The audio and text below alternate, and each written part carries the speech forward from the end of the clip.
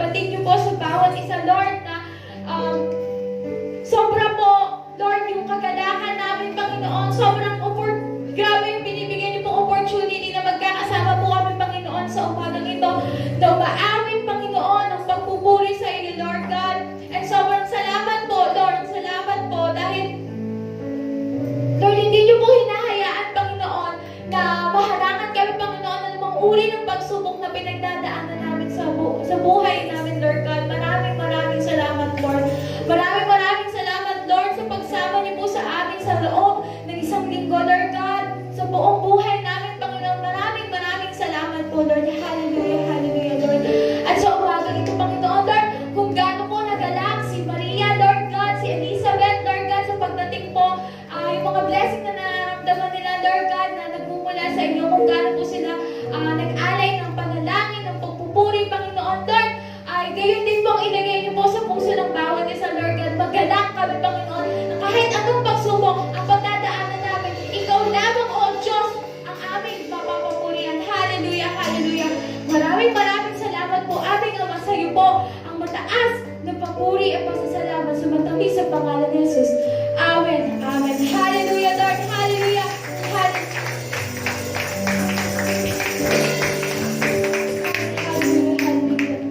Hallelujah, hallelujah, Jesus. Yes, Lord, hallelujah. Our God is greater, our God is stronger. God, you are higher than any other. Hallelujah, hallelujah, hallelujah, hallelujah, hallelujah. Yes, our God is greater, our God is stronger. God, you are higher than any other. Our God is healer, awesome in power. Our God, our God. Yes, our God is greater, our God is stronger. God, you are higher than any other. Our God is healer, awesome in power. Our God, our God. Hallelujah, Lord.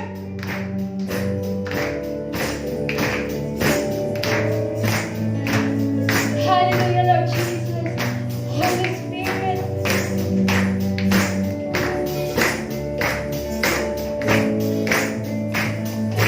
Water is turned into wine. Open the eyes of the blind. There's no one like you. None like you. Into the darkness you shine, and out of the ashes we rise. There's no one like you. None like you. 'Cause our God is greater, our God is stronger. God, you are higher than any other. Our God is healer,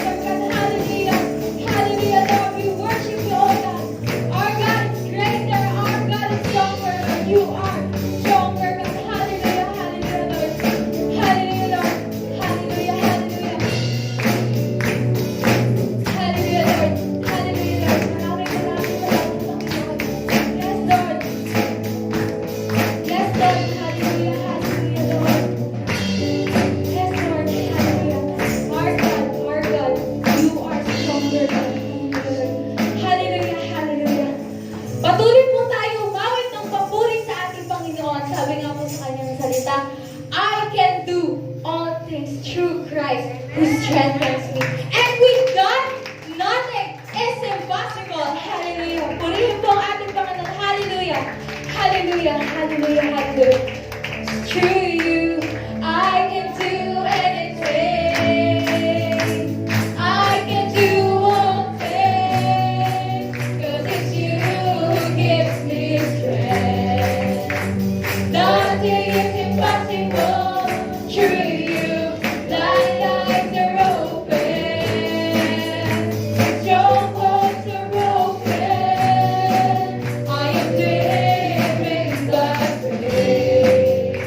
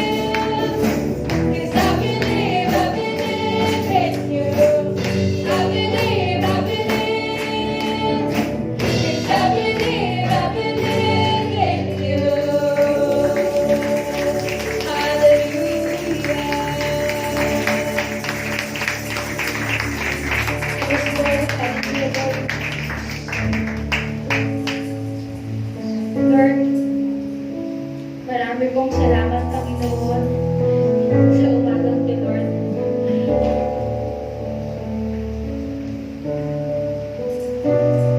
Malapit po kami sa umagang to, Lord.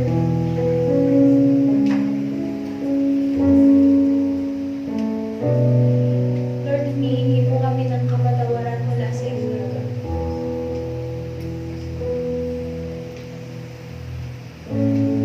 Lord, marami kaming bagay,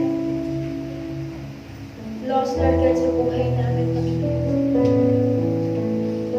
Patawarin niyo po kami, Lord, sa kung ano man po ang mga bagay na hindi ka nais-nais namin nagawa, Lord. Na hindi naging kalugod-lugod po sa inyo, Lord. Lord, na malapit po kami sa umaga ito na may mapagkubabang puso, Lord. Siyasatin niyo po ang puso po namin sa umaga ito, Lord. Kasi, Lord, we really to honor you, Lord.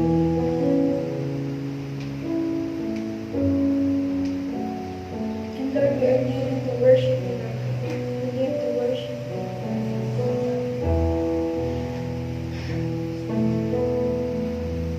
Hallelujah, Jesus. Hallelujah, Lord. Yes, thank you, Jesus.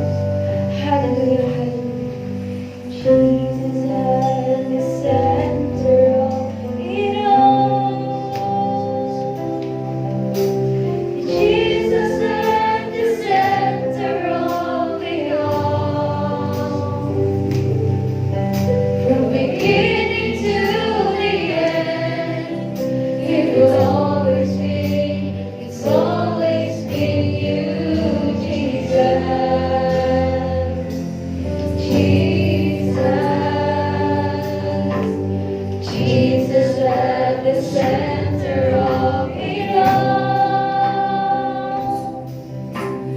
Jesus at the center of it all. From beginning to the end, it will always be, it's always been you, Jesus. Jesus, nothing else matters. Nothing in this world will do.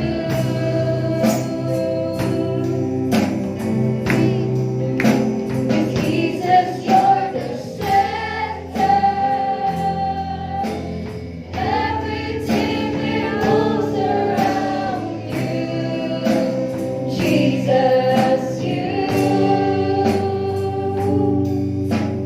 Jesus, be the center of my life.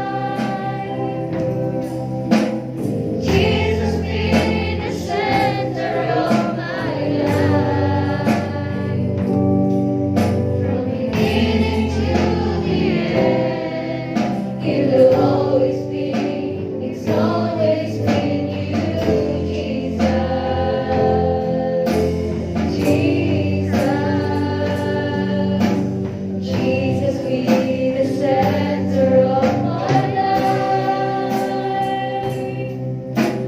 Jesus, be the center of my life.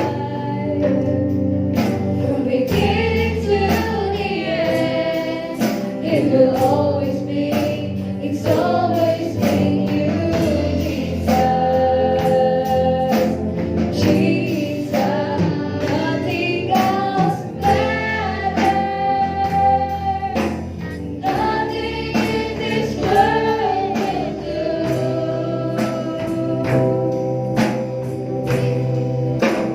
Jesus, you're the center. Everything revolves around you. Jesus, you. From my heart to the heavens, Jesus, be the center. It's all about you. Yes, it's all about you. From my heart to the heavens, Jesus, be the center. It's all about you. Yes, it's all about you. From my heart to the heavens, Jesus, be the center. It's all about you. Yes, it's all about you. From my heart to the heavens, Jesus, be the center. It's all about you. Yes, it's all about you.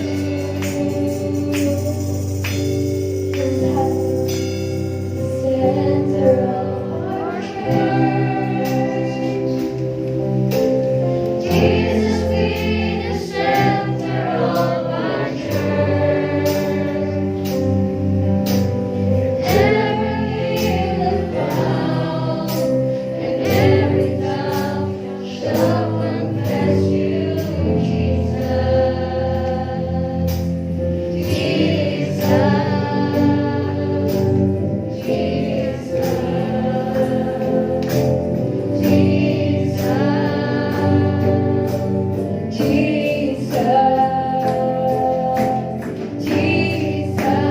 Nothing else matters.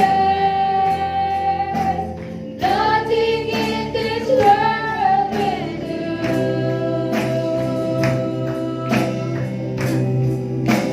Jesus, you're the center. Everything revolves around you. Jesus, you.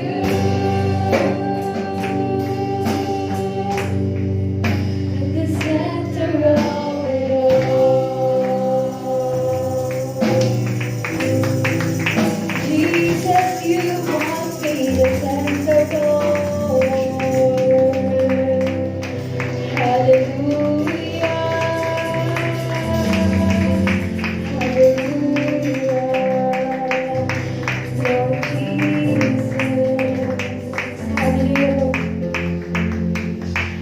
Hallelujah, hallelujah, Lord Jesus.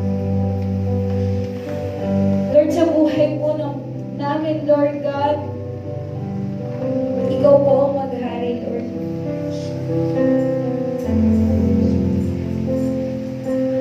Lord, honestly, Lord, maraming pong personal, Lord, spiritual, battle, Lord God, ang bawat isa po, Lord God. Hindi po ito tingin sa inyo, Lord God.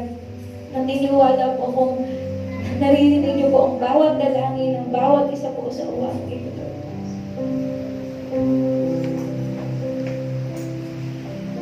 Lord, tulungan niyo po kami, Panginoon, na Ikaw ang maging sentro ng aming buhay, Lord. Tulungan mo po kami, Lord, kasi hindi po namin kaya, Panginoon, ng kami lang po, Lord. Sa bawat ginagawa po namin sa buhay, sa araw-araw, Lord, na pagsubok na pinagdadaanan namin, Lord, kung hindi Ikaw ang sentro, Lord, kung hindi Ikaw yung kasama namin, Lord God, wala ito, Panginoon, bali, wala lahat, Lord. Kaya, Panginoon, patuloy namin pong hinihiling sa inyo, Lord. Gabayan niyo po ang aming puso, Lord God. Turuan niyo po kami, Panginoon. Muli, Panginoon, na isentro ang aming buhay sa iyo, Lord. Na Ikaw, Panginoon, hayaan ka namin, Lord, na kumilos po sa buhay ng bawat isa po na narito, Lord God, sa mga kapatiran, Lord. Turuan niyo po kami, Panginoon, na maging mapagpumaba, Lord God, at sundin, Panginoon, ng iyong nais, Lord. Tulungan niyo po kami, Lord. Tulungan niyo kami, Lord. Hallelujah, Lord Jesus. Hallelujah.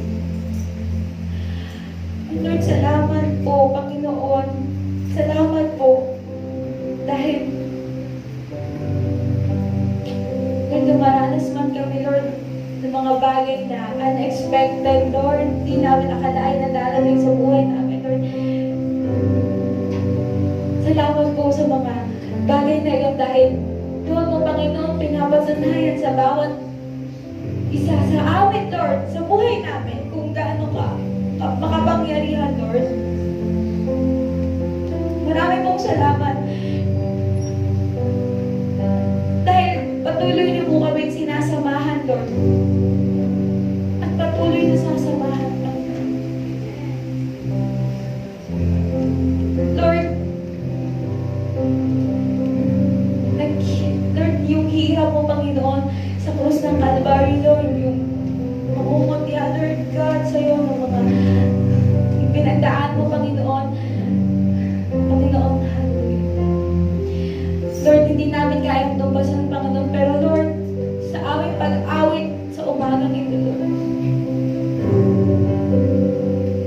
siniyasan mo, Panginoon, yung puso ng bawat isa, Lord, at narinig mo, Panginoon, yung bawat panalangin nila, Lord. Panalangin ng pasasalamat. Panalangin ng paghihingi ng kapatawaran, Lord. Maraming pong salamat, Lord. Without you, Lord, wala kami, Lord. Walang kami. Pero salamat, Lord. Salamat po. Dahil patuloy yung love, Lord, yung pagpapaalala at pagpapahalo po sa amin. Maraming pong salamat. Hallelujah, Lord. Sa umagang ito, Panginoon, tinataas po namin ang katagumpayan na ito, Lord God. Hindi po namin alam kung ano po yung mga susunod na mangyayari. But we believe, Lord, kapag hawak mo yung kamay namin, Lord God, at ramdam namin, Lord, na alam ko po, Panginoon, na hindi niyo po kami iiwan sa bawat pagsubok na pagdadaanan namin. Kasi Ikaw lang ang Diyos ang maghari sa buhay ng bawat tao. Lord, sa buhay ng bawat tao. Sa buong mundo, Lord, Ikaw ang maghari, Panginoon, Lord, sa puso nila, Lord.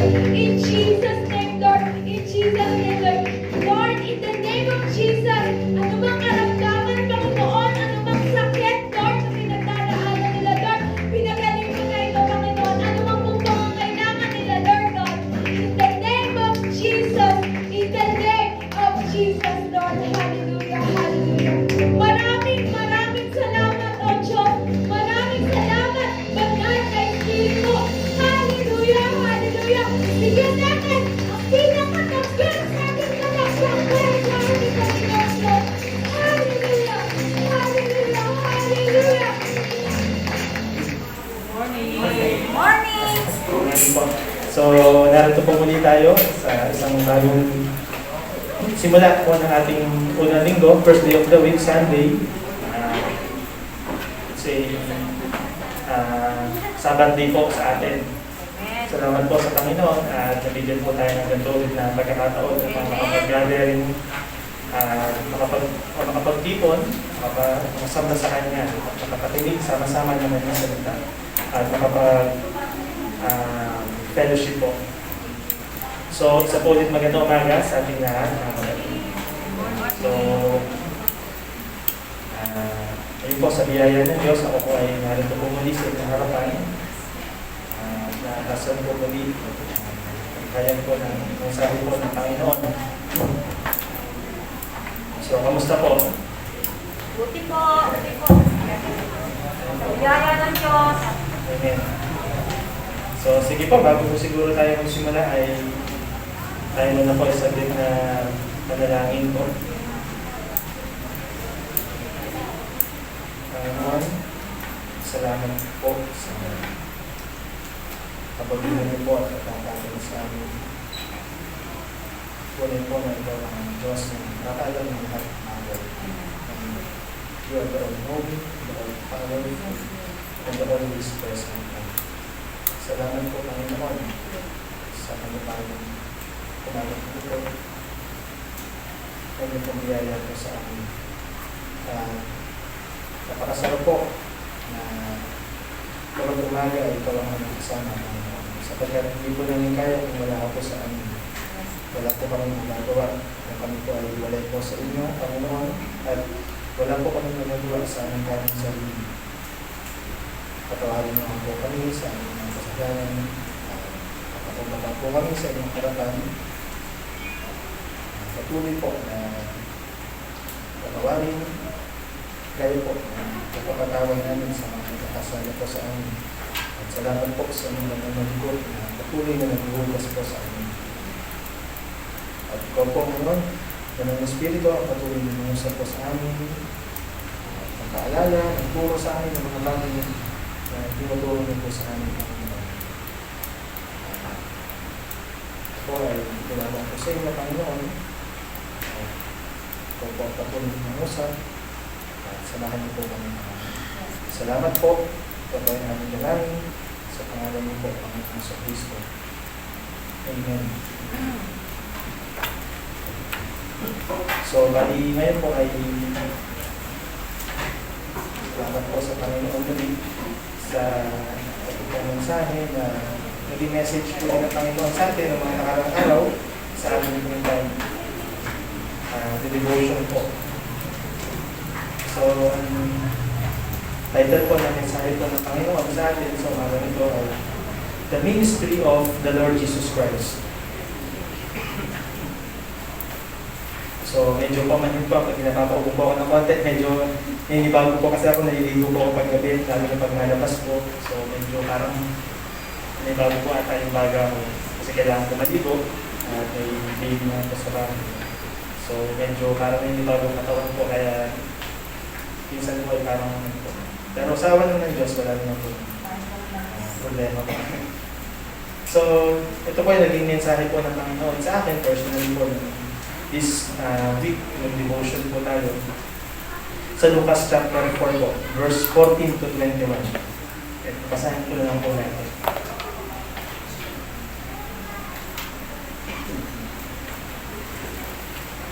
Jesus returned to Galilee in the power of the Spirit, and news about him spread through the whole countryside.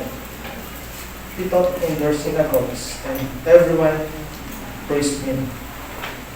He went to Nazareth, where he had been brought up, kung saan po siya lumaki. And on the Sabbath day, he went into the synagogue as was his custom, kanyang nakasanayan or tradition. And he stood up to read. The scroll of the prophet Isaiah was handed to him. Unrolling it, he found the place where it is written, The Spirit of the Lord is on me, because He has anointed me to preach good news to the poor. He has sent me to proclaim freedom for the prisoners and recovery of sight for the blind, to release the oppressed, to proclaim the year of the Lord's favor. Then he rolled up the scroll, gave it back to the attendant, and sat down. The eyes of everyone in the synagogue was fastened on him, and he began by saying to them, "Today, this scripture is fulfilled in your hearing." So, purihin po ang Panginoon sa pagkakabasa po ng kanyang salita.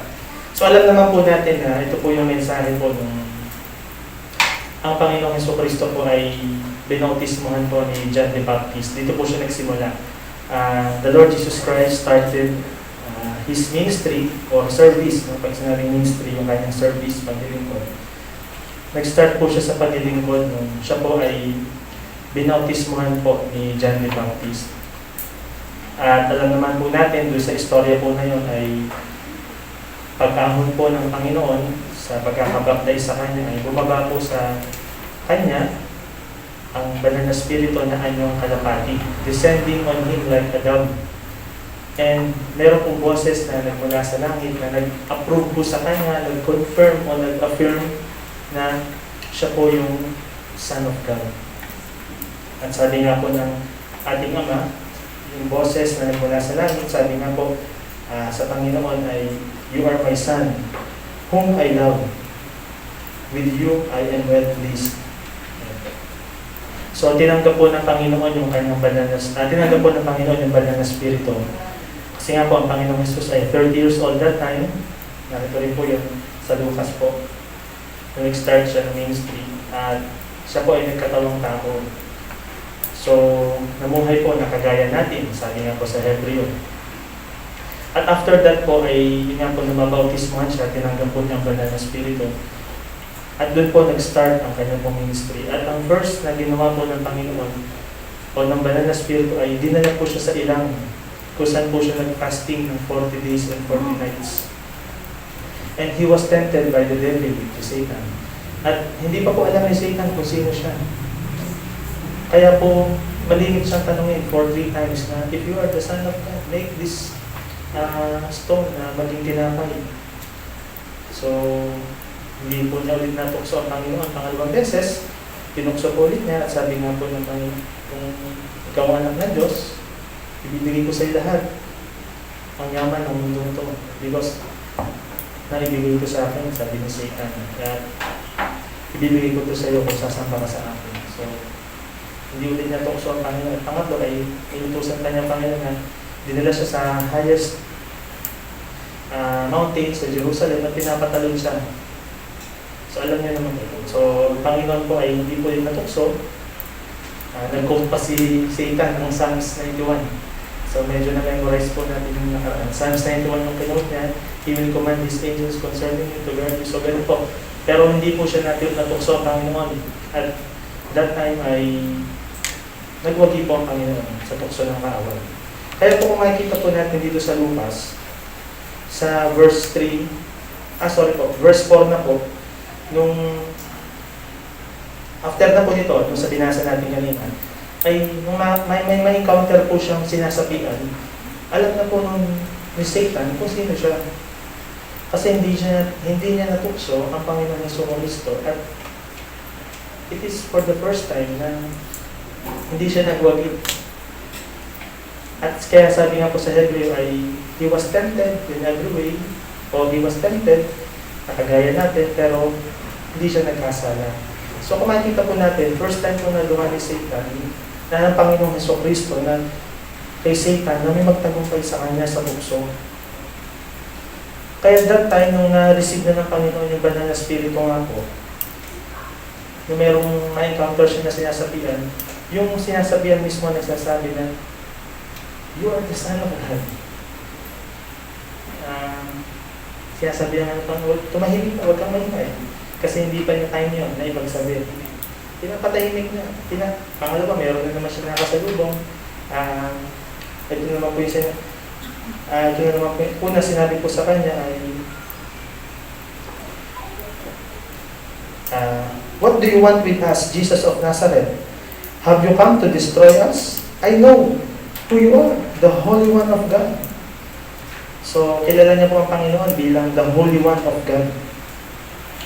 At yun nga po, alam na po niya kung sino si Lord at ano. Kasi sa 3 times ng panunukso, hindi po siya nagtagumpay. Nalaman ng kaaway kung sino ngayon ang Panginoon sa Kristo, that you are the Holy One of God. At pangalawang beses, na naglakad muli ang Panginoon, papuntang synagogue, may na-encounter na naman siya na tormented ng kaaway. At sinabi naman sa kanya ay, sa verse 41 po ng chapter 4, moreover, demons came out of many people, shouting, "You are the Son of God." So, parang pumilaki natin ng emotion, medyo mas maganda sana kaya hindi ako maganda masyadong. So, but he rebuked them and would not allow them to speak because they knew he was the Christ. Alam ng kaaway na to ng demon, ng Satan, na si Jesus na nga po yung Christ, the Holy One of God. 3 titles po, the Holy One of God, the Christ, and the Son of God. Pero pinapatahimik siya ng Panginoon sapagkat hindi gusto ng Panginoon ipagsabi yun. So, first time po mangyari yun, na he was tempted, na hindi po nahulog sa bitag ng kasalanan si ang Panginoong Jesucristo. So, at ito nga po, yung time na siya po ay matapos niyang tuksohin at hindi nagtagumpay, nagpunta siya sa Galilee na taglay ang kapangyarihan ng Espiritu Santo. At habang nakaupo nga po siya doon, lagi sa templo, ay binuksan niya yung scroll. Nasa Isaiah 61 po ata yun, o 62, na binuklat niya yung sinasabi ko na sumasabi ng Espiritu ng Panginoon, sapagkat ako ay hiniram niya upang mangaral ng mabuting balita. So, dito po tayo magpo-focus muna. Medyo marami po kasi ministry ang Panginoon at hindi po natin kaya ituro ng isang turuan po. Kapag ay pag-aaral, patuloy na pagtuturo ng Panginoon. So, dito na po ako magpo-focus ngayon sa unang ministry po na pinakita ng Panginoon, ang kanya pong pangangaral ng mabuting balita. Amen? Okay. So, alam ko po na medyo marami na po tayong mensahe at natatagal na po tayong Kristyano. Marami na po kayong mensahe na talagang napakinggan about sa pangangaral ng mabuting balita ng Ebanghelyo ng Panginoon. But ito po, sa araw na ito ay tignan po natin na atin pong himay-himayin yung talagang ipinangaral po ng Panginoon that time. So, ito po, basahin po natin sa ganito, verse 18 po. The Spirit of the Lord is on me because He has anointed me to preach good news to the poor. Yan. So, ano po ba yung pinapangaral ng Panginoon that time sa mga tao? This is the hope of the people of Israel that time.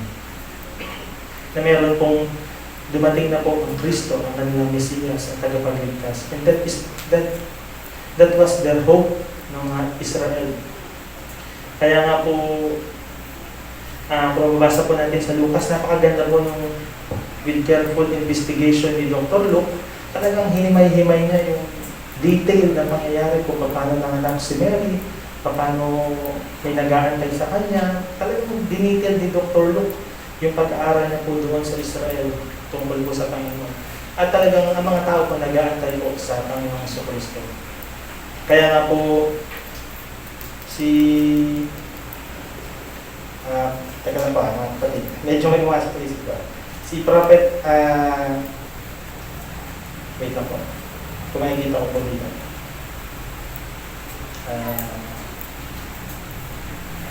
So, tignan na po natin muna sa lit, mga kapatid po. Dito po sa natuloy sa aking isip. Dito po sa Lucas chapter 2, buksan po natin sa lit. Yung si Simeon. Kilala naman po natin si Simeon, di ba? Kasi yung nag-aantay po sa pagsilang po ng Panginoong Jesucristo. Sapagkat alam niya na ang Panginoong Jesucristo po ang talagang manliligtas sa kanila. So, dito po sa verse 25, Lucas chapter 2. Now there was a man in Jerusalem called Simeon, who was righteous and devout. He was waiting for the consolation of Israel, and the Holy Spirit was upon him. It had been revealed to him by the Holy Spirit that he would not die before he had seen the Lord's Christ. Moved by the Spirit, he went into the temple courts, and the parents brought in the child Jesus to do for him what the custom of the law required. Simeon took him in his arms and praised God. Nahawakan niya yung Panginoon. Gano'n pong experience na mahawakan natin ang baby ng Panginoong Jesucristo. Ang Panginoong Jesucristo.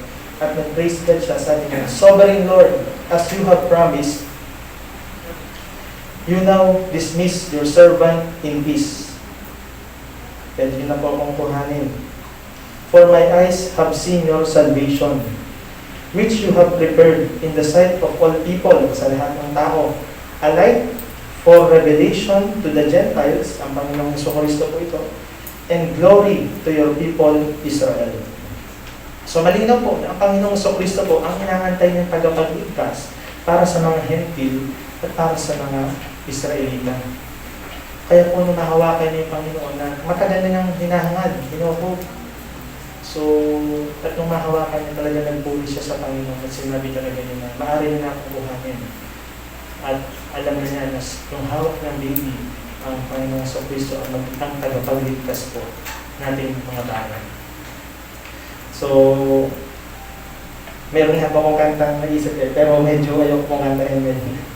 Pero ako lang okay. So, medyo secular siya pero yung kantang Monday, natin yan. All my life I've been waiting for. So parang inaantay niya si Lord na dumating. Pero hindi ginawa pa kong Christian yung lyrics pero hindi naman. So medyo habang inaantay niya ng Panginoon ang Savior na dumating. Talagang one day sabi niya gusto niyang nakita. So at the same time si Prophet Hannah, the prophetess Hannah ay dito na po tayo mag-ilas po. Verse 36. There was also a prophet. Meron pang isang prophet, si Anna, the daughter of Phanuel, of the tribe of Asher. She was very old. She had lived with her husband 7 years after her marriage, and then was a widow until she was 84. So 84 na po siya. She never left the temple but worshipped night and day, fasting and praying. Talagang grabe po, night and day. Fasting and praying, coming up to them at that very moment, kung makita niya sina Mary and Joseph na hawak ang Panginoon, she gave thanks to God and spoke about the child to all who were looking forward to the redemption of Jerusalem. So, sila po yung mga tao na talaga nag-aantay po na nakasulat sa Old Testament. Kaya po kung mapapansin po natin, pag yung mga apostol po ng Panginoon na yung nangaral, ang Panginoong Jesucristo po yung umakyat na sa langit at bumaba ng banal na spirito sa mga tao. Pag nangaral sila tungkol sa Panginoong Jesucristo, talagang sisimulan nila sa Old Testament. From the law of Moses, patungo sa Psalms, patungo sa prophets, tapos doon nila ilalahad na yung tinutukoy po ng Old Testament ay ito po yung Panginoong Jesucristo mismo. Kaya po gano'n silang nangaral. Kasi mga Hudyo yung pinapangaralan nila. Matalino po ito mga ito. Alam nila yung Biblia. So, but, yun nga po, nung pagdating na po ng Panginoon ay He was preaching the good news. So, ano pa yung good news na pinapangaral po ng Panginoon that time? So, siya po yung tagapagligtas. Alam naman po natin na sinubo siya. Sabi nga po sa Matthew 1:21 na kinuquote po natin ay she will give birth to a son.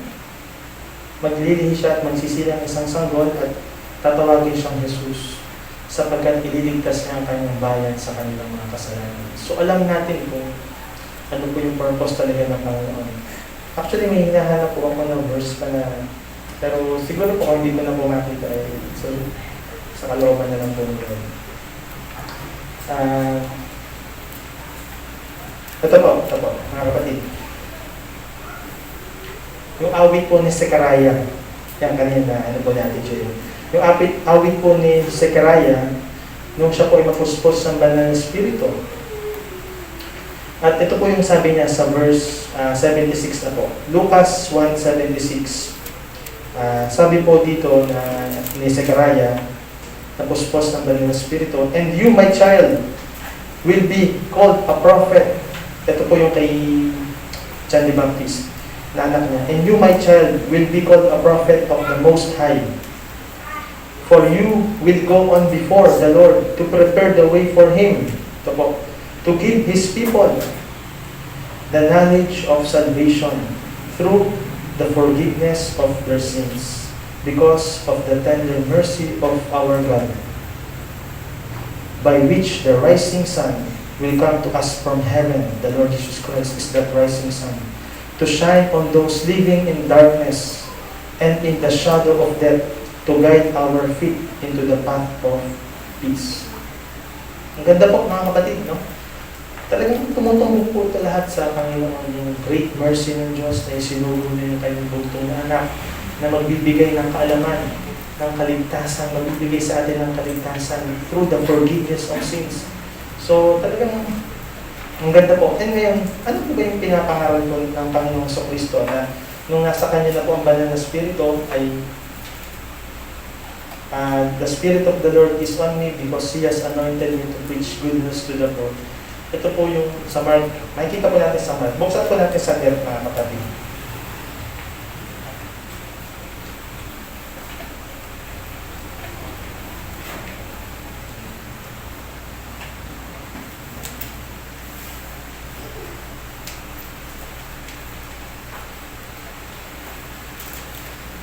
Marcos 1, verse 14 to 15 po.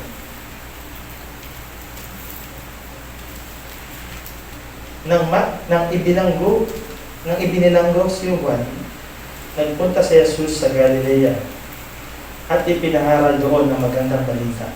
Ito po yung good news mula sa Diyos. What is that good news from God? Sinabi niya, "Dumating na ang takdang panahon. The time has come. Malapit na maghari ang Diyos. Kaya't magsisi na kayo at talikuran ang inyong mga kasalanan. Paniwalaan ninyo ang magandang balita." Sa English po ay, ito po yung sabi po ng Panginoong Kristo. Kasi that time, ang pinapangaralan po niya ay wala pa talagang relasyon sa Panginoong Kristo. So, sabi po niya dito ng Panginoon ay, ito po, "After John was put in prison, Jesus went into Galilee, proclaiming the good news of God." This is the good news of God na pinaproclaim ng Panginoon. The time has come. Dumating na po ang panahon. Sabi niya, He said, "The kingdom of God is near. Repent and believe the good news." Ang talagang mensahe po natin sa mga tao, kapatid, sa panahon ngayon, hindi naman sa panahon ngayon, wala pa po ng Panginoon, yung sa Panginoong Kristo, ay about po sa pagpasok po dapat sa kaharian ng Diyos. And this is the model na talagang kailangan po natin sundin na how to get into the kingdom of God, how to enter that kingdom, na mula pa noon ay yun yung pinapangaral ng Panginoon. Kaya nga po last week ay talagang, alam niyo naman po, ay kayo nga po ang sabi ko magbasa po noon, yung sa Galatians, yung sa Revelation, yung sa Corinthians, yung mga hindrances po upang makapasok sa kaharian ng Diyos. Talagang mabibigat po siya kasi ang nais talaga ng Panginoon ay talagang tayo po ay kamisama niya sa kanyang kaharian. Kaya kung papansin po natin talaga ay ito yung good news ng Diyos na the time has come. Dumating na. Ano ibig sabihin yun? The kingdom of God is near. Ibig sabihin, di ba alam po natin na dalawa pong ibig sabihin ng kingdom of God sa Bible. Yung unang kaharian ng Diyos ay yung sinasabi nila yung Jerusalem sa Revelation. Medyo hindi pa natin alam kung kailan yun. Pero yung sinasabi ni Lord na the kingdom of God is near. Ibig sabihin nun ay yung kanyang paghahari sa ating mga puso ay kaya nating abutin. If we will just repent and believe the good news na ang Panginoong Kristo ang maghahari sa ating mga puso. That is the kingdom of God na dumating sa puso ng tao. One time may nagtanong sa Panginoon kung ano yung palatandaan ng pagdating ng kaharian niya. Sabi ng Panginoon, wala akong papakita sa inyong palatandaan sapagkat ang kaharian ng Diyos ay dumating na sa inyo. So, yun. Hindi naman yun yung New Jerusalem na tinutukoy sa Revelation. Dahil matagal pa po yun, hindi pa po natin alam kung kailan yun. Yung The New Jerusalem, The New City, matagal pa po yun. Yun yung Kingdom of God physically. Pero yung Kingdom of God na tinutukoy dito ng Diyos, ng Panginoong Kristo, is yung the Kingdom of God within you. Na ang Panginoong Kristo ay pwedeng maghari sa puso mo. Di ba meron din po siyang sinabihan na you will not die until you see the Kingdom of God coming with power. Eh, ang tagal na po nun, kung titingnan natin. Tapos, yung hanggang ngayon, wala pa po yung kaharian ng Diyos. Pag yun ang tinutukoy natin, yung Revelation, wala po. Ibig sabihin, ganun siya, gano'n ang buhay. Hindi po ibig sabihin ng Kingdom of God with power naman na yun. Is yung pagdating ng Panginoong Kristo, yung kanyang pag-akyat at yung pagbaba ng power ng banal na Espiritu na ating kapangyarihan, na ating kailangan sa Kingdom of God. So yun po yung sinasabi po ng Panginoong Kristo dito na kailangan ito ng mga tao na siya mismo ang maghari sa puso ng mga tao. That is the good news na ninahayag po ng Diyos sa atin. And walang tao ang kayang maghari ng Diyos sa puso unless magsisi. Kahit sa mga bukdating na, sa Matthew, sa Mark, sa Luke, lagi pong pangaral. Kaya po alam nyo, ang trabaho po ng preacher, totoo lang po, ng sabihan, ng pastor o preacher, talagang mahirap po, totoo lang. Dahil parang habang binabasa ko ako na iyan ko yung buhay ni John the Baptist. Si John the Baptist na nangangaral ng katotohanan sa mga tao. Ano yung prize na nakuha niya? Ano yung reward na nakuha niya? Sa pangangaral niya ng mensahe ng Diyos, pinakulong. And later on, natubutan ng ulo.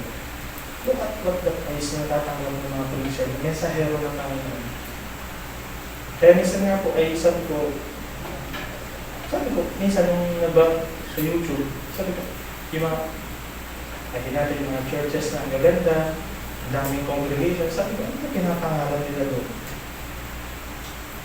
Thus, nag-preach kaya sila ng mga magsisi kayo. Ito yung mga kailangan natin para makapasok tayo sa karya ng Diyos, kaliguran natin. Ewan ko lang, kung mag-preach sila ng gano'n po, kung talagang mga tao ay... Kasi I heard one pastor, si Joel Austin po, sa Amerika, isa sa mga mayamang pastor, hindi raw po nagtuturo ng repentance sa simbahan. Puro encouragement po. Puro motivation. Parang motivational speaker yun po. Puro encouragement. Ano mangyari sa iyo? Kaya mo. Puro yun. Eh, tinuturo kaya yun yung tamang daan na tinuturo ng Diyos. Eh kung si John the Baptist na, pinakulong, pinuhutan ka ng ulo. So kaya po sabi ko, ang trabaho ng preacher, kung talagang isa sa buhay natin, no? So, hindi po madali mga kapatid. Ano sabi po ni John the Baptist sa Lucas? Yung pinangaralan niya si Herodes. Pinapangaralan niya si Herodes sapagkat si Herodes ay sinasama niya yung ipagbataw sa ganun. Yung asawa ng kapatid niya si Philip ay kanya kasama. So pinapangaralan siya ni John the Baptist na hindi tama. It is not lawful for you to have your brother's wife. At sabi ko po sa Lucas ay sabi lang po mga kapatid.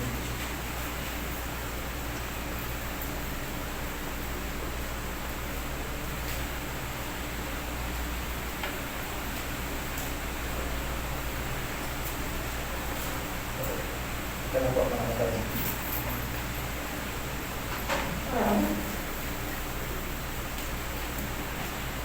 Ito po, sa Lucas chapter 3, verse 19 po. Tingnan po natin. Marami pong ipinangaral si John the Baptist tungkol kay Herod. Kay Herod po. Sa Tagalog po.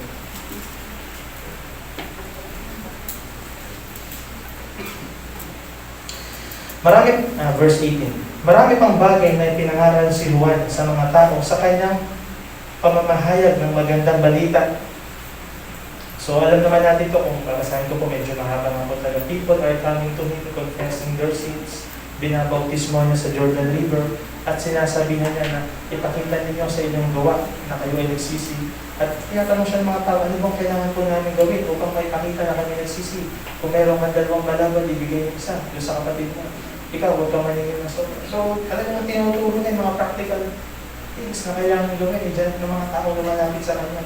At after that, ito po, sa verse 19.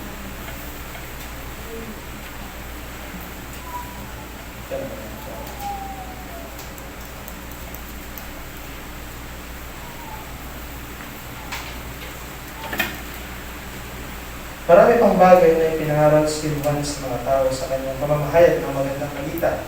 Si Herodes man, na pinuno ng Galilea, so pinuno siya, ay pinagsasabihan din ni Juan dahil kinakasama niya ang kanyang hipag na si Herodias at dahil pa sa iba pang kasamaang ginagawa nito. So there are other evil things na ginagawa ko si Herodes na pinapangaral ni John the Baptist. Ito yung trabaho ng preacher. Is it madali?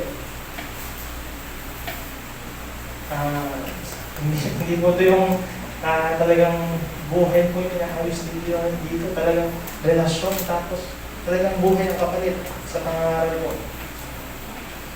Kaya po, ang sabi ko dito, dahil dito'y ipinabalanggo ni Herodes si Juan, at ito'y nadagdag pa sa mga kasalanan ni Herodes. Tignan mo po yung price na tinuturo na ni John the Baptist yung tamang daan.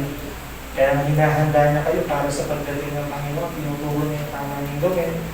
Lahat ng mga sabi dito ay basahin po natin sa mga kapatid. Verse 5 po. Lucas 3 verse 5. Matatambakan ang bawat tumo na po. Ito ang pahayag ng isang taong sumisigaw sa ilang. Ihanda ninyo ang daraanan ng Panginoon. Gumawa kayo ng mga tuwid na landas sa kanyang lalakaran. Ito yung buhay natin. Matatambakan ang bawat dibis at mapapatag ang bawat burol at bundok. Magiging matuwid ang daang liko-liko at papatag ang daang bako-bako. At nakikita ng lahat ng tao ang pagliligtas na gagawin ng Diyos. Ito po kasi yung talagang trabaho po ni John the Baptist that time. Talagang hinahanda niya yung mga tao. Lahat ng bako-bako, talagang tutuloy niya, lahat ng papatawin niya. Talagang grabe po. Hindi po madali yung trabaho ni John the Baptist that time. At mga kinakaharap po yung tao, mga highly respected people na kailangan niyang pagsabihan. At look at ano yung price na natanggap niya sa pangaral niya ng salita ng Diyos. Pinabilanggo, and later on, si Herodias, nakuha para pugutan siya ng ulo. Bakit? Ito yung tinanggap niya na reward sa pangaral ng katotohanan. At marami pa po tayong bagay na nakita ngayon sa Biblia. Kaya po ang Panginoong Kristo, ganun yung tinuturo po niya sa mga tao. In order na makapasok kayo sa kanya ng Diyos, kailangan natin yung sisi. Talikuran ang ating dating buhay at maniwala tayo sa mensahe ng mabuting balita. Iba pa yung good news that time. Dahil hindi pa po siya namamatay sa krus. Yun po yung kanyang pinapangaral mo mabuting balita. So, sa dito, sa Lucas 42, tingnan lang po natin. Lucas 42. 42 to 43 po.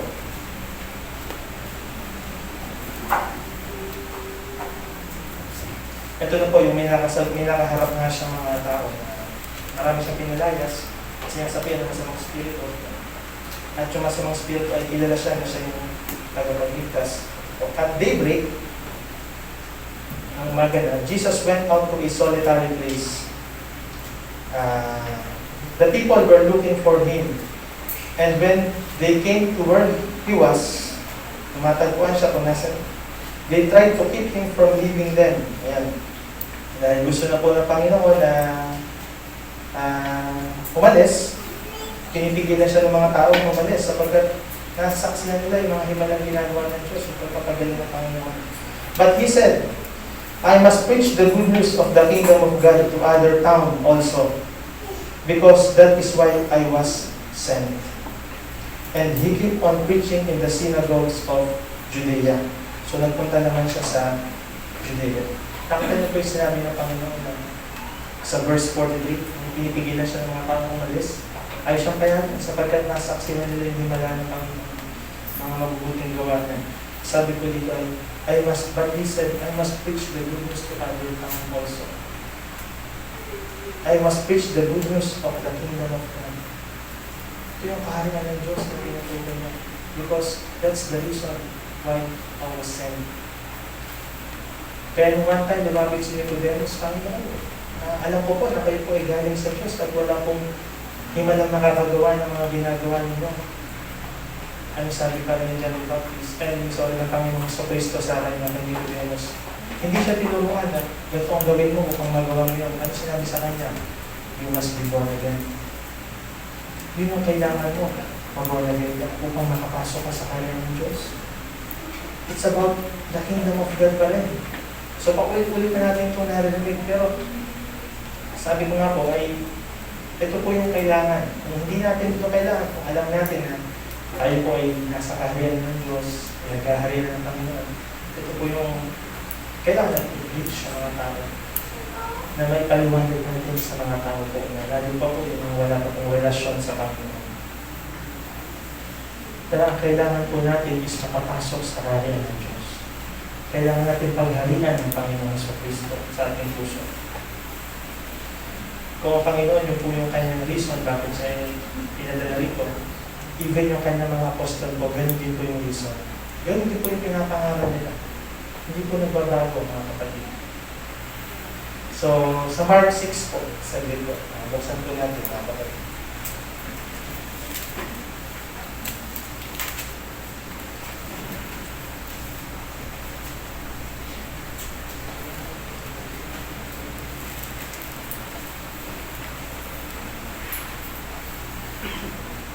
Humayo, Mark 6:12 to 13.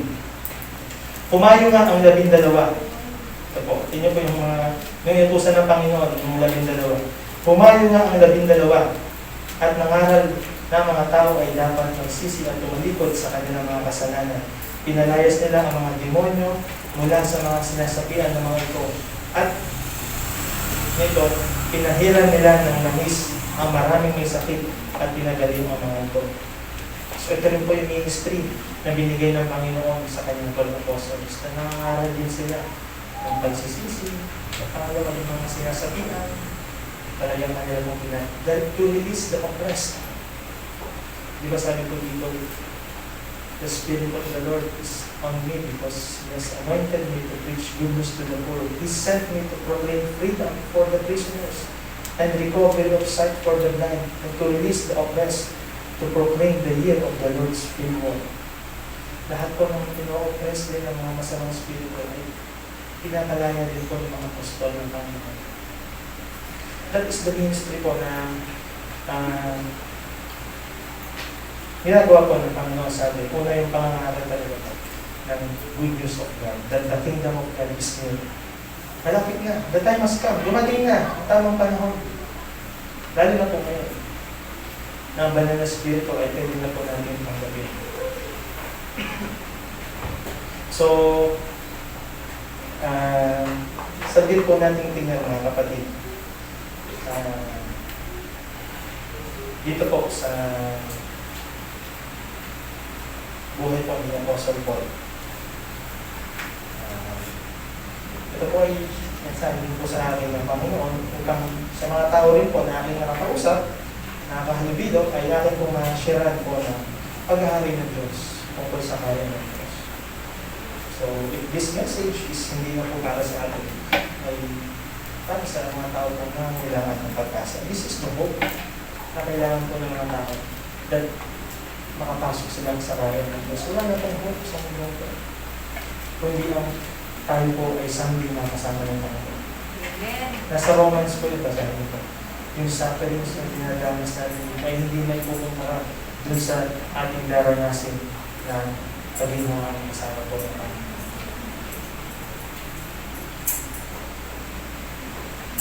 Ito po yung time na ang mga apostol po, si Paul, nung siya po ay dumating sa Roma, ay, okay lang po, basahin mga kapatid kahit medyo mahaba po. Si Paul po dumating sa Roma at sa Acts chapter 28, verse 16 po, basahin po natin. Kaya medyo mahaba po siya, pasensya lang po.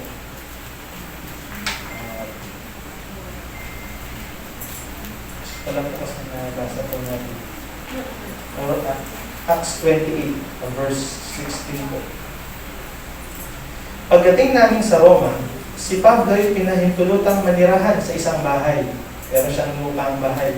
Kasama ang isang kawal na magbabantay sa kanya. So mayroong bantay si Paul nung nasa Roma siya. Kasi lilitisin po siya eh. Dahil din po yun sa pangangaral. Mamaya, tingnan natin kung bakit. Makaraan ang 3 araw, inanyayahan ni Pablo sa isang pulong ang mga pangunahing Hudyo sa lungsod.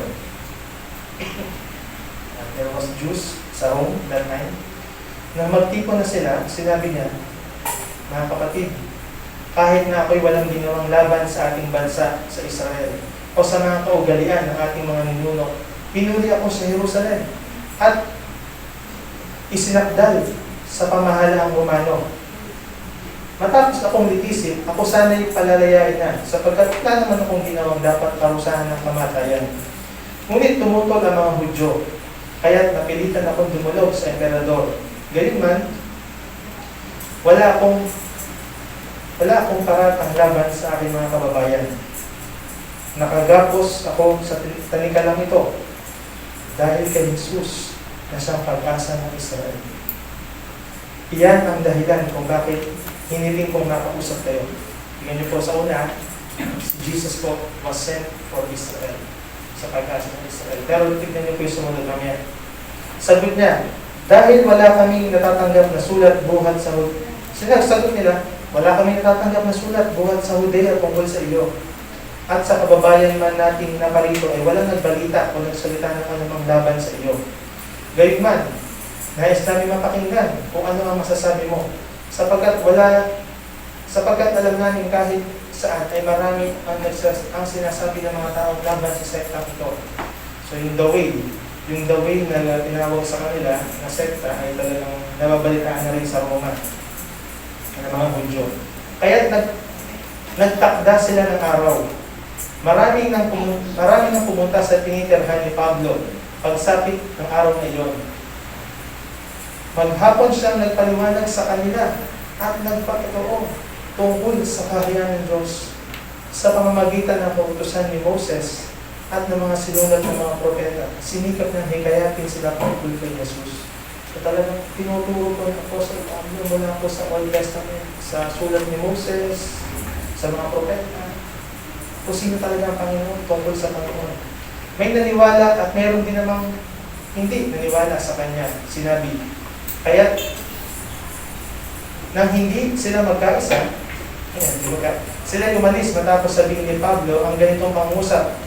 Tama ang sinasabi ng Espiritu Santo sa inyong mga ninuno sa pamamagitan ni Propeta Isaías. Kasi mga Hudyo nga naman ay maniwala sa kaharian ng Diyos at sa Panginoong Kristo.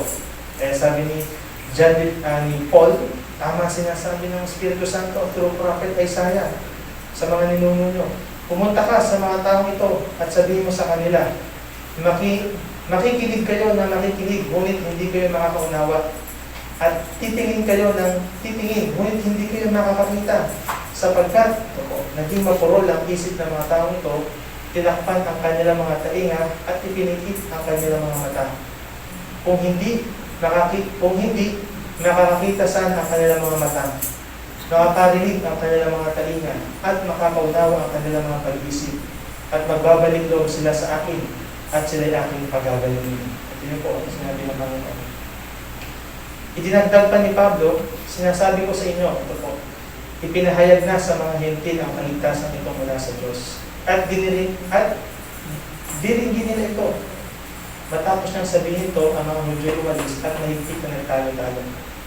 So, ito po yung reason, talagang Kumbaga, hindi na masabi ni Paul na, kasi sinabi nga ni Paul na mabuti pa yung mga hentil na hindi po Hudyo. Talaga mas naniniwala sa Panginoon at sa kanyang kaharian.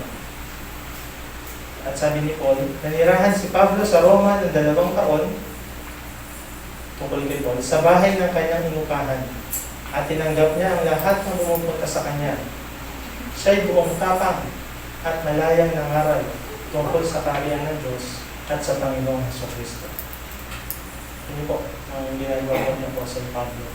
Kahit nasa ibang bayan siya, mangungupahan siya sa ibang bahay, lahat ng bumibisita sa kanya, buong tamang pa rin ang pinapangaralan. Maging Hudyo man o hindi. Actually, mga Hudyo pa nga ayaw makinig ng iba sapagkat yung kanilang puso ay may kalim na, sabi nito. Kalim sa heart na ayaw makinig. Makinig man ang makinig, tumingin na tumingin.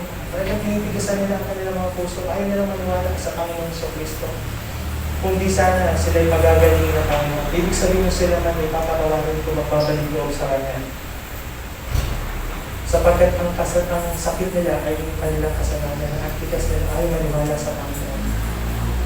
At si Paul, walang tigil sa pagpapahayag ng kaharian ng Diyos at tungkol sa Panginoon sa Kristo. And that is the good news po na pinapangaral po ng Panginoon. Kahit siya po ay nabubuhay pa din po sa binabasa natin kanina. So, ganun po. Actually, ang dami pa po sana masok. Ang dami po ating mapapag-aralan sa ating pagbabasa po sa. Kaya po talagang yun po yung pag-asa po ng mga tao. Kaya kung hindi ito yung pag-asa, bakit ito po yung pinapangaral ni Paul? Yung kingdom of God sa Panginoong Jesucristo. Kung hindi po ito yung hope ng mga tao. Nating mga tao. At the same time ay dito po sa buhay po ng mga apostol. Last na po ito.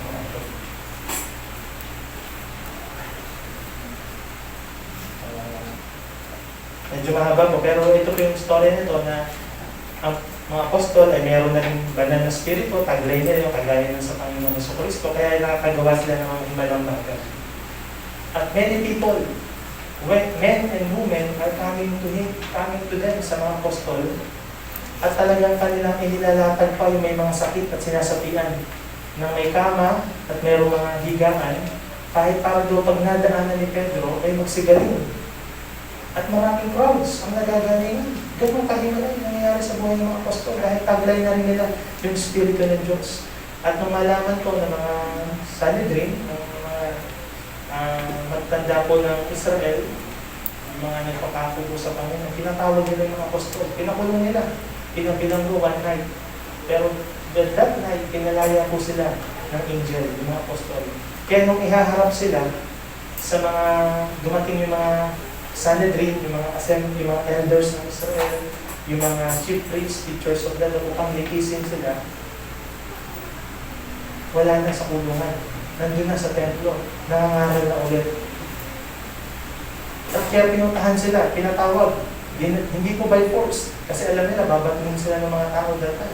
Pag hinigit nila yung mga apostol nila ng by force, binalik nila sa kulungan, at pinagsabihin nila, sinabihan namin kayo, huwag kayo magtuturo tungkol sa Panginoon sa Kristo. Ano sabi po nila? We must obey God rather than men. At gusto na sana silang patayin. Bigyan ng sentensya na patayin. Ngunit pinigilan sila ni Gamaliel. At sinabi ni Gamaliel, kung ang ginagawa nila ay mula lang sa tao, hindi magtatagumpay. Pero kung ito ay galing sa tao, ay galing sa Diyos yung ginagawa nila, their activity is from God, you will find yourself fighting against God. Nakikita nila yung sarili niya, sabi ni Gamaliel sa mga teacher siya yung nagturo kay Paul. Nung si Paul ay para sa iyo, sabi niya sa mga Hudyo, matatagpuan nila yung sarili nila lumalaban sa Diyos. Pag yung ginagawa nila ay galing talaga sa Panginoon. At that time, anong ginawa sa kanila? Bago pa rin sila palayain, hinagupit pa rin. Talagang kawawa. Gawawa na sila. Hinagupit na. Ito po yung sabi ko dito sa Verse 40 na lang po. Chapter 5, verse 40 hanggang matapos.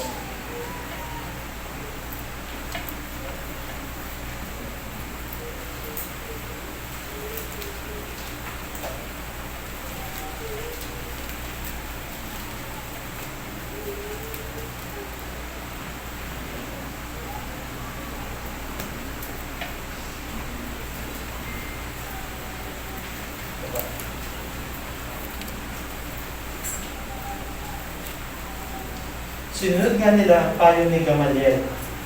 Pinapasok nila muli ang mga apostol at matapos ipahagupit at pagbawalang mangaral sa ngalan ni Jesus ang mga ito'y pinalaya. So, pinagupit pa rin, tapos pinagbawalan pa rin sila. Nilisan ng mga apostol ang kapulungan ng Sanhedrin. At sila'y ganap na ganap sapagkat minarapat ng Diyos na sila'y magdanas ng kahihiyan alang-alang sa pangalan ni Jesus. Grabe po yung naranasan nila. Minagupit na sila, pinagbabawalan, banta ng kamatayan yung nakaumang sa kanila. Pero ganap na ganap kami sila. Sapagkat sabi nila sila ay worthy for the suffering disgrace sa pangalan ng Panginoon. Kahit kahihiyan, na maghirap sila sa kahihiyan, worthy sila, dumanas na. Kumbaga, alam nila na ang ginagawa nila is tama. So, kaya po sabi dito ay galak na galak sapagkat minarapat ng Diyos na sila'y magdanas ng kahihiyan alang-alang sa pangalan ni Jesus.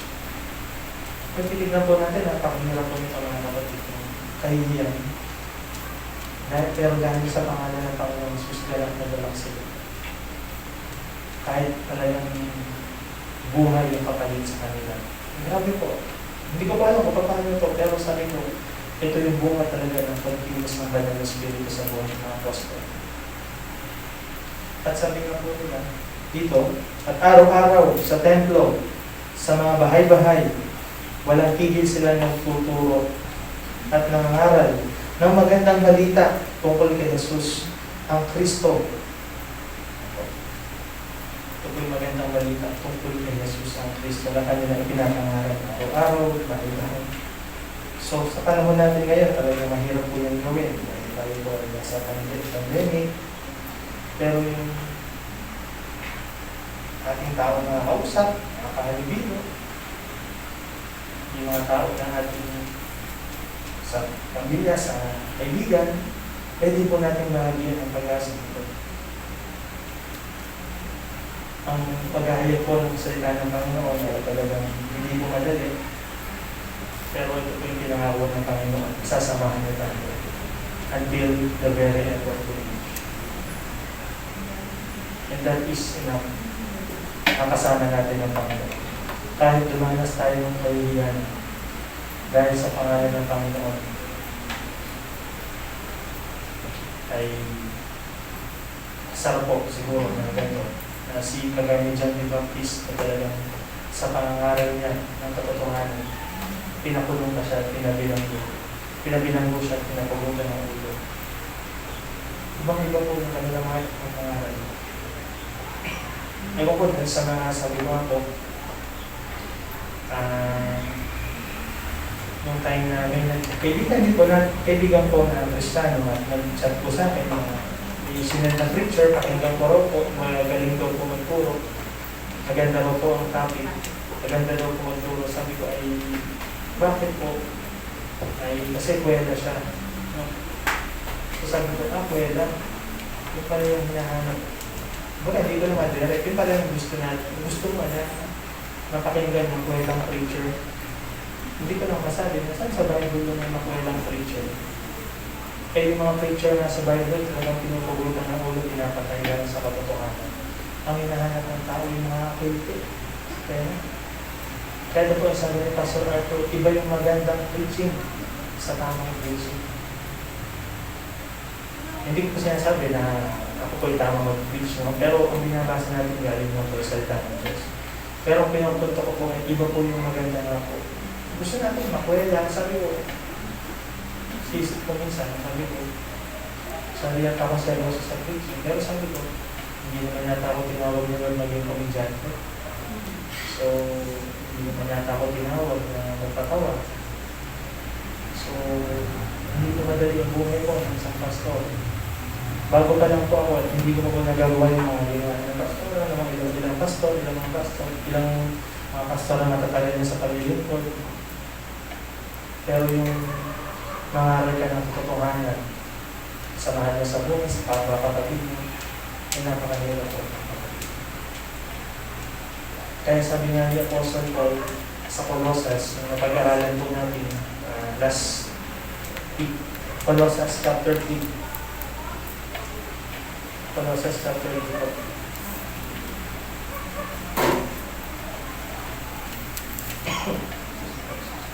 Sorry po, chapter 1.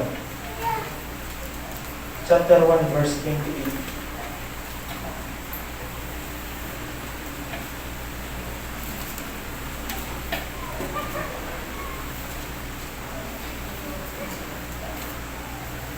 Iyan ang dahilan kung bakit ipinapangaral namin si Kristo. Ang lahat ay aming binabalaan at tinuturuan ng may buong kaalaman upang maiharap namin sa Diyos ang bawat isa ng ganap at walang kapintasan dahil sa kanilang pakikipag-isa kay Kristo.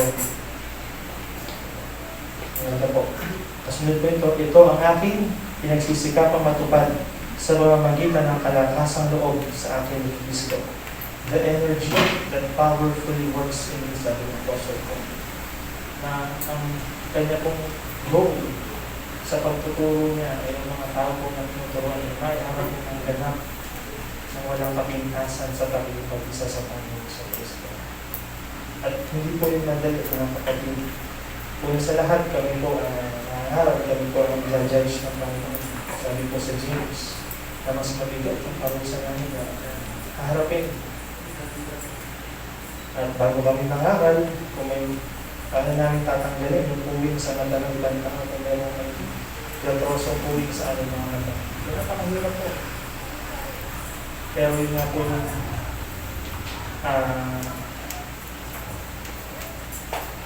yung pagtawag ng Diyos sa akin is masasabi ko po na talagang priceless paglilingkod sa Panginoon. Priceless po. Dahil wala po tayong hope sa mundo ito kung hindi mo lang nakasama natin ang Panginoon sa Kristo.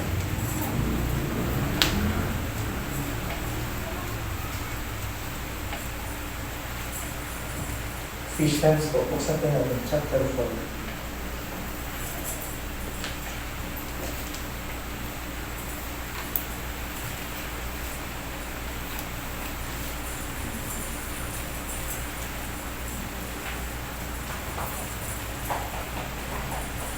Ephesians 4, 11 to 12.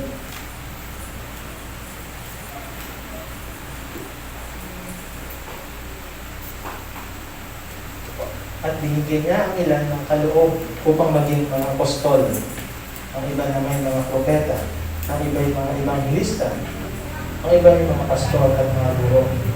Ginawa niya ito upang ihanda sa paglilingkod ang lahat ng mga hinirang. Tayo po yun. Upang maging matatag ang katawan ni Kristo. Tayo po yun. Hanggang makarating tayo sa pagkakaisan ng pananampalataya at pagkilala sa anak ng Diyos at maging ganap ang ating pagkatao ayon sa pagiging ganap ng Kristo. Kaya na rin po ang sinabi ni Paul. Para tayo po maging ganap ng Kristo. Kaya po, ito po sa ating pong pangaral ay yung sa binasa ko po kanina na talagang preaching the good news ang ating pong may babahagi po sa mga tao. Preaching the good news ila po. Makinig sila, salamat sa Panginoon para sa kanila. Kung hindi sila makinig, wala po tayong magagawa.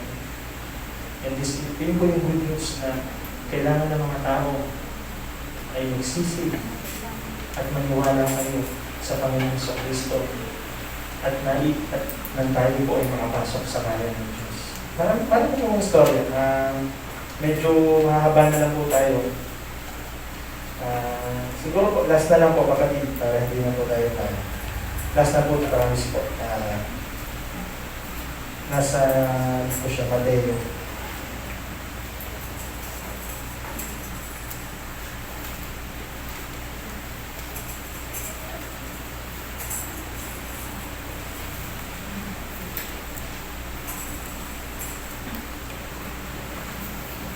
To the point na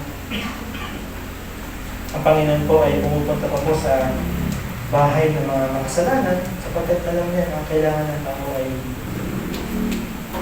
ang kailangan sa kanya yung mga may sakit, yung mga makasalanan. Sabi po niya. So, para lang po maligtas. So, ito po, kumain.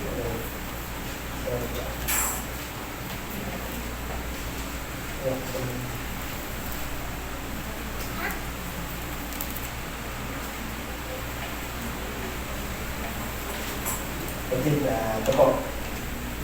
Sa Matthew po, chapter 21. I-share natin po natin yung verse 28 po.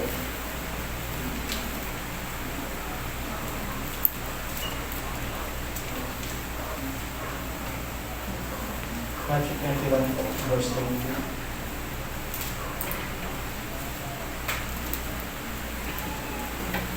Ano ang palagay ninyo rito?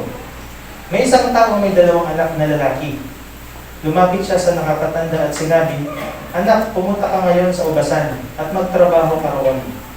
"Ayoko po," tugon nito. Ngunit nagbago ito ng pasya at nagtrabaho sa ubasan. Lumapit din ang ama sa ikalawa at ganoon din ang kanyang sinabi. At tumugon ito, "Opo." Ngunit hindi naman pumunta sa ubasan. Sino sa dalawa ang sumunod sa kalooban ng kanyang ama? At ang nakakatanda po, sagot nila. Sinabi sa kanila ni Jesus, "Tandaan ninyo, ang mga maniningil ng buwis at ang mga bayarang babae ay nauna pa sa inyo na makapasok sa kaharian ng Diyos. Sapagkat naparito sa inyo si Juan at itinuro ang pagsunod sa kalooban ng Diyos at hindi ninyo siya pinaniwalaan. Ngunit naniwala sa kanya ang mga maniningil ng buwis at ang mga bayarang babae. Nakita ninyo ito, subalit hindi pa rin kayo nagsisi at tumalikod sa inyong mga kasalanan at hindi rin kayo naniwala sa kanya." Ang ganda po ng parabol po ng sinabi ng Panginoon sa Kristo. Na mas nauna po makapasok sa kanya ng Diyos. Yung mga sabihin natin, madumi sa paningin ng tao. Mga bayarang babae, maniningil ng buwis, sapagkat nung marinig nila yung mensahe tungkol sa Panginoon sa Kristo, sila po ay nagsisi at naniwala. Kaya po, sasabugin na lang po natin mga kapatid, sinasabi po ng Biblia. Ito po yung nais po ng Panginoon sa atin na maligtas. Kasi sinabi nga po niya sa 2 Peter na kaya na tinatagalan ang kanyang pagbabalik upang tayo po ay maligtas pa. Mabigyan tayo ng pagkakataon na magsisi ng maligtas. So, lahat po ay nais ng Diyos na maligtas po na makapasok sa kanyang kaya. Libre po ito, mga kapatid. Libre. Kung tayo po ay susunod lamang dito po sa sinasabi ng salita ng Diyos. At ulit po, ito po ay kung hindi mo para sa atin, ay ito po yung ministeryo ng Panginoon sa Kristo na hindi man tayo ngayon sama-sama na makapag-aral sa labas o sa saan man, ay siguro po sa ating time, kaibigan, kapatigan po ay hindi natin mag-introduce po ang kaya ng Diyos. Patulong po tayo sa Panginoon. Ang pangako ng Panginoon, "I will be with you to the very end of the age." Sige po, let us all pray. Salamat po, Panginoon, sa nagamuhin ko muli po ang pinapakita niyo po sa amin kung paano pa po ng lingkod sa mundo ito na ito po ng lingkod. And the Spirit of the Lord came upon me, nagturo pa po na mabuting balita sa mga tao. Lord, help us na magawa rin po namin ito sa aming mga sariling oras, bilang mga magkakapatid sa Panginoon. Samahan niyo rin po kami ng Banal na Espiritu sapagkat hindi rin po namin ito kaya, Panginoon, kung wala ko ang Banal na Espiritu sa amin. Kami po ay mga luwag, mga takot. Gawin niyo po kami kagaya ng mga apostol na Panginoon na hindi pong dabuan ng Banal na Espiritu ay talagang boldly po na aral na ikaw po ang Kristo ang aming tagapagligtas. Panginoon, samahan niyo po kami at pangaral namin ang iyong kaharian na maghari ka sa puso ng mga tao at ang mga tao po ay makapasok sa iyong kaharian. Salamat po, Panginoon, sa mensahe nito sa amin. Luwalhatiin po. Ito po ang dalangin sa pangalan po ang sa Kristo. Amen. Ibawit muli para po sa ating Panginoon. Let's all rise po. As our hope is in heaven. Amen po ba? Hallelujah, hallelujah. Yes, Lord. Hallelujah, Lord.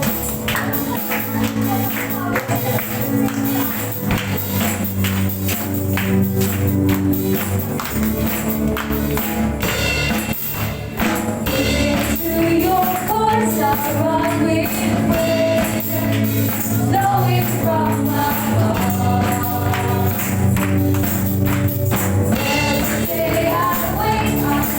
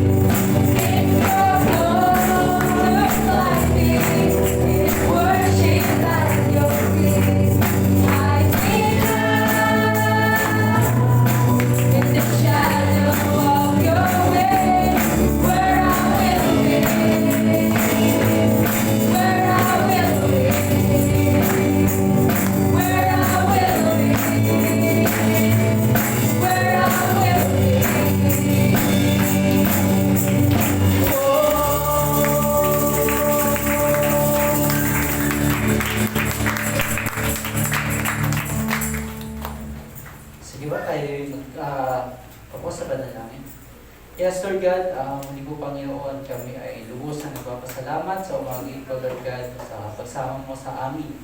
Alay, Panginoon, sa katagumpayan ng gawain ito, Lord God.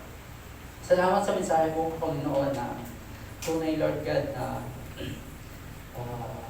pinapaunawa mo sa amin o nire-remind mo kayo, Panginoon, ang aming kaligtasan, Panginoon, is to depend on how our heart repent on what we have seen, Lord God, against you. So, Panginoon, mali po, Panginoon, samahan mo kami sa buong isang linggo ng buhay natin, Lord God, at hayaan, Panginoon, ang landas ang buhay namin, buhay pananampalataya namin, Panginoon, sa iyo is, Panginoon, maging directed and pointed to center, Panginoon, na ikaw, Ama, yung aming, ikaw yung aming tinatahak, Lord God. Salamat, Panginoon, sa mensahe, Panginoon, na binahagi mo, Panginoon, because we are truly, Lord God, reminded, Panginoon, kung paano kami mamuhay ng tapat na naaayon sa iyo at sa iyo kalooban, Lord God. Salamat din, Panginoon, sa buhay ng mga nagbibigay, Panginoon, ng mga mensaheng ito, Lord God, sa preacher, hindi lang, Panginoon, dito sa preacher, hindi lang, Panginoon, sa church nito, Lord God, even the other part of this world, Panginoon, nababahagi ng iyong salita, Lord God. Give them strength, give them knowledge, Panginoon, Lord God. And especially, Lord God, kay Pastor William at kay Pastoral, Lord God, give them knowledge, give them wisdom, Lord God, and give them the blessings of our blessings, Panginoon, na pwede mong ibigay, Panginoon, para sa kanila, Lord God, so that they can have, Panginoon, all the courage, Lord God, to give us, Panginoon, parang may bahagi sa bawat isa pa, Panginoon, kung ano yung nais mong yung mensahe, Panginoon, sa bawat congregation ng narito, Lord God. Salamat, Ama. Mali po, Panginoon, hinihiling namin yung pagsama mo sa amin sa buong isang linggo, Lord God. At na, Panginoon, sa namin tinatalaga at pinagkakatiwala ang buong buhay namin for this habang kayo, Panginoon, narito sa mundo ito, Lord God. Salamat, Panginoon, ito ay aming sambot dalangin. Hindi pa sa salamat, pagsamba at pagluwalhati, Panginoon. Sa naratanging pangalan ni Jesus. Amen. Amen. Home is our heaven. Hallelujah. Home